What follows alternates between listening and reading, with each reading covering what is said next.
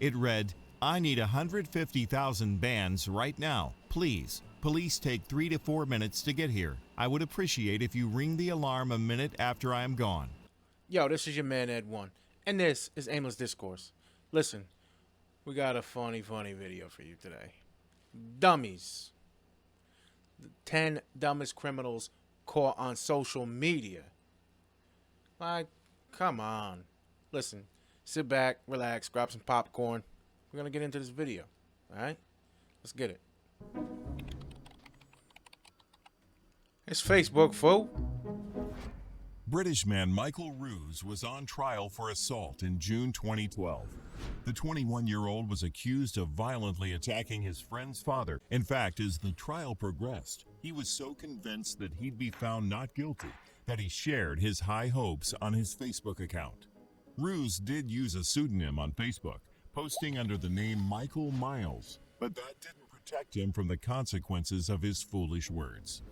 Throughout his 2-week trial, he shared gems like, "Nearly time to leave for Crown and see the stuck-up judge." But the stupidest moment of all came when Ruse shared an update that said, "Another week at court."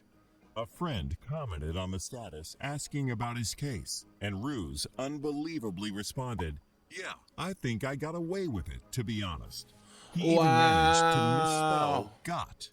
6 people liked this incredibly foolish status update, but one of Ruse's Facebook friends with a taste for justice printed the evidence and got it into the hands of prosecutors. Daddy beat up. Since he had been caught essentially confessing to the crime, Ruse had almost no choice but to change his plea to guilty. Ian Pearson, the judge presiding over the case, told Ruse, "You pleaded guilty partway through the trial only really because you were stupid enough to put on Facebook what amounted to a full confession." Ruse was sentenced to 46 weeks in prison for the assault. After the incident, Ruse's attorney told the media that the young man needs help with regards to thinking skills. That sounds like a serious understatement. Yeah, pretty much.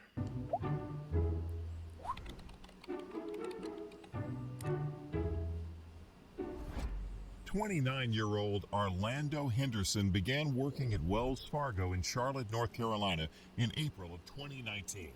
By December of the same year, he would be arrested in San Diego on suspicion of stealing almost $90,000 from the bank after his own social media posts helped alert authorities to his crimes.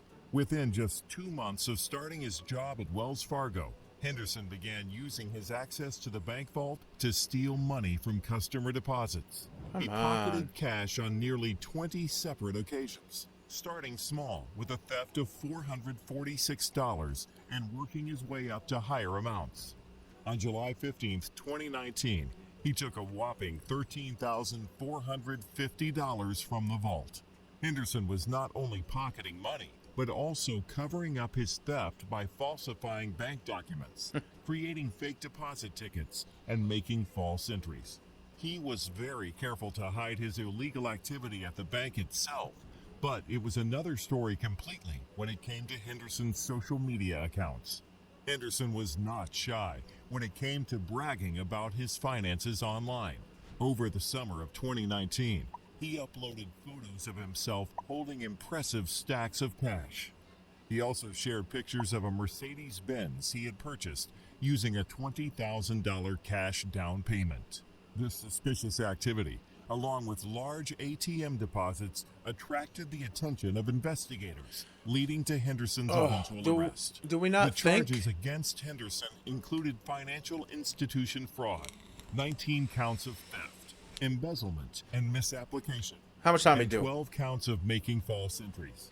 How much time? In a deal with prosecutors, he pleaded guilty to bank fraud and transactional money laundering on March 20th, 2020. Henderson appeared to have aspirations as a rap artist and often used the nickname AC Foes online. Ironically, he'd adopted the catchphrase, "Ain't whip bein' broke." And now, come on, I wonder how much time he got.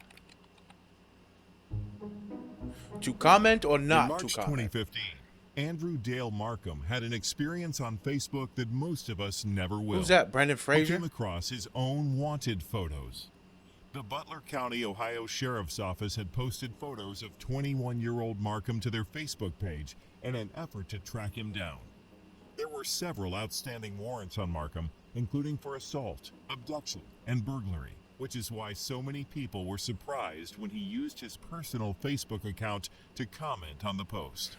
Somehow not realizing that it was a bad idea to announce himself on a post identifying him as a criminal suspect, Markham commented, "I ain't tripping. Half of them don't even know me." The sheriff's office wasted no time in responding.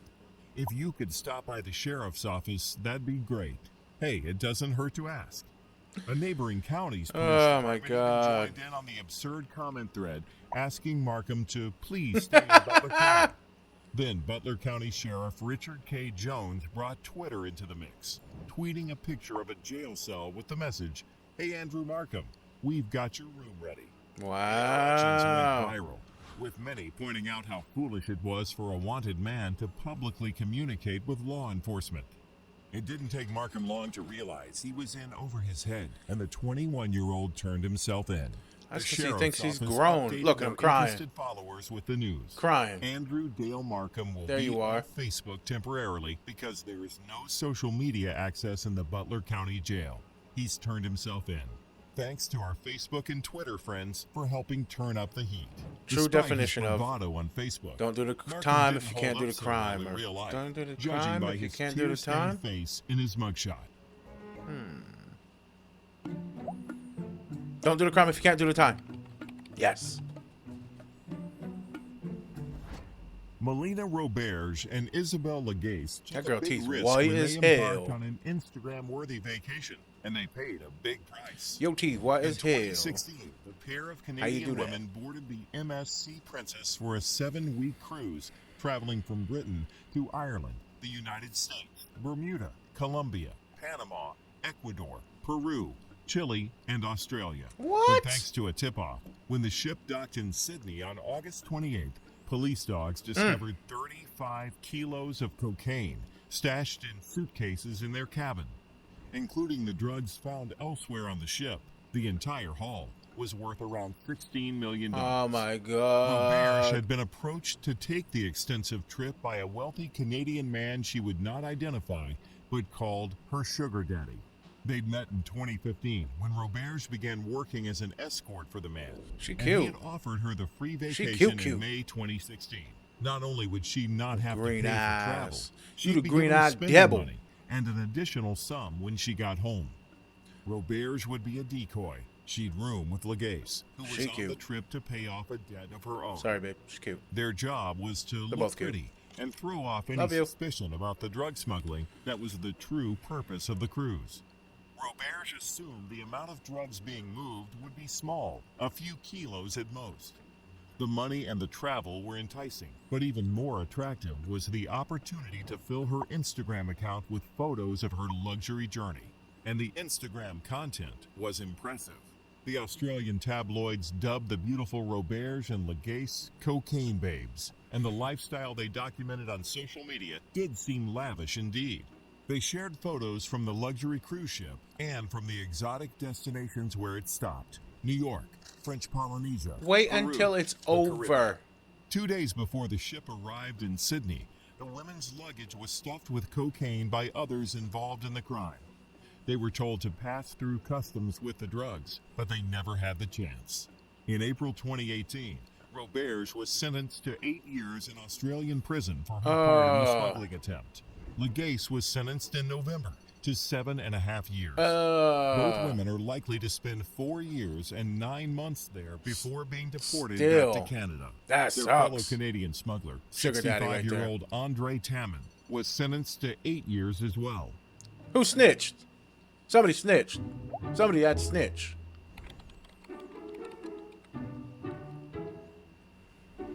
What's the first thing a thief does when he successfully pulls off a job? In the case of this gang, the answer is sharing the evidence on Instagram. In November 2019, a group of young men who stole luxury cars in Leeds, England, decided they should brag about their crimes on social media. They created an Instagram account called Mr. Dingers and began posting photos and videos of themselves posing with the stolen vehicles. The My man got a thieves face care tat. to hide their He's identities, whore. even while publicizing their illegal activity.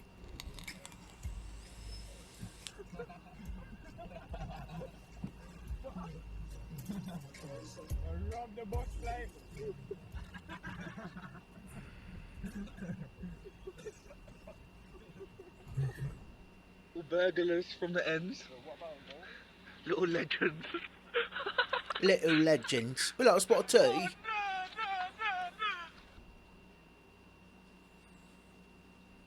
Yo, people are dumb. 21-year-old Frankie Allwork shared a photo of himself in front of a stolen Audi A6 worth nearly $85,000. His face obscured by an emoji. 20-year-olds James Holroyd and Bryn Carey posed in similar pictures, and a video shared on January 7th, 2020, where they drove the stolen Audi.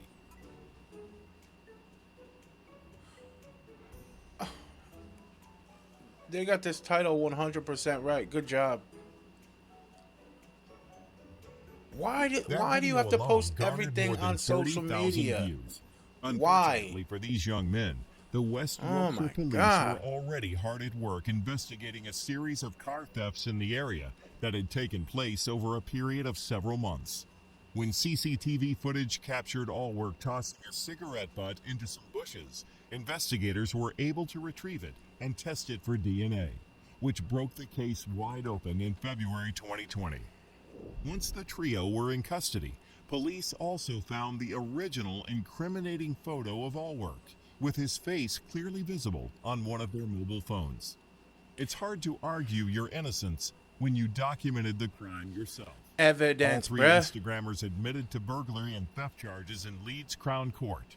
Perhaps social media fame isn't all it's cracked up to be. Nah, I'm gonna cost you a couple years on the streets. Like, come on already.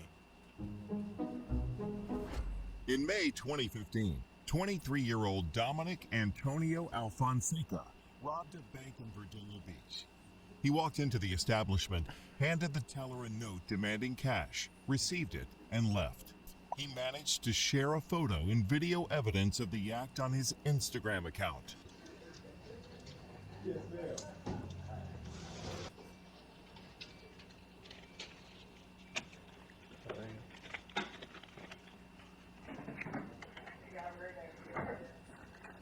Alfonseca posted 2 videos of the robbery itself, plus a picture of the note he'd handed to the teller.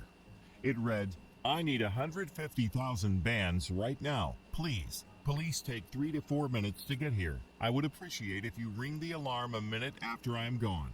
Make sure the money doesn't blow up on my way out." When asked about his Instagram activity, Alfonseca claimed that he wanted the police to know that he wasn't armed, and of course, he wanted to share what he was doing. An aspiring rapper, Alfonseca was also looking to gain Something's wrong with followers him. on the platform, hoping a big name in the music industry might see his posts. Police located and arrested Alfonseca with a gym bag full of the stolen cash less than half an hour after the crime. He later admitted that he'd asked the teller for money and then took it from the bank, but suggested he wasn't guilty of robbery because he'd asked politely. Robbery is going and demanding something and taking the money or whatever like that. I didn't do that. Regardless of this bulletproof logic, he was sentenced in 2016 to 2 years and 11 months in prison. It's not bad. Not bad. Not bad at all. I'm not saying I'm gonna do it. I'm just saying it's not bad. Calm down. Relax. 27-year-old Rashia Wilson was a typical mother of 3 who managed to steal an estimated $20 million from the IRS. In 2010, police in Tampa noticed a decrease in drug dealing in the city, which suggested a different kind of lucrative criminal activity had taken its place. That activity was tax fraud. Police also discovered expensive designer items and an unusual number of security cameras at Wilson's home in Wimauma, Florida. Why, mama? Why, mama? To wire fraud and aggravated identity theft. During her trial, she claimed her Facebook was hacked and that she didn't write the bragging status that sealed her fate. Despite this possible. flimsy excuse, she received a 21-year sentence in 2013 and was ordered to pay $3.1 million in restitution. Of the 20 After million. successfully appealing in 2014, Wilson was resentenced in 2015 to the same term. Oi. Oi. This 10 dumbest criminals caught on social media.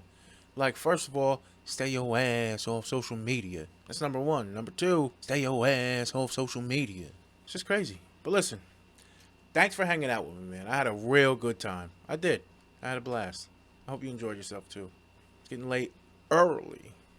I just put a new video up there. I think you might like it. Right up there. Listen, I'm out. Deuces. Hey. Yeah. Hey. I swear.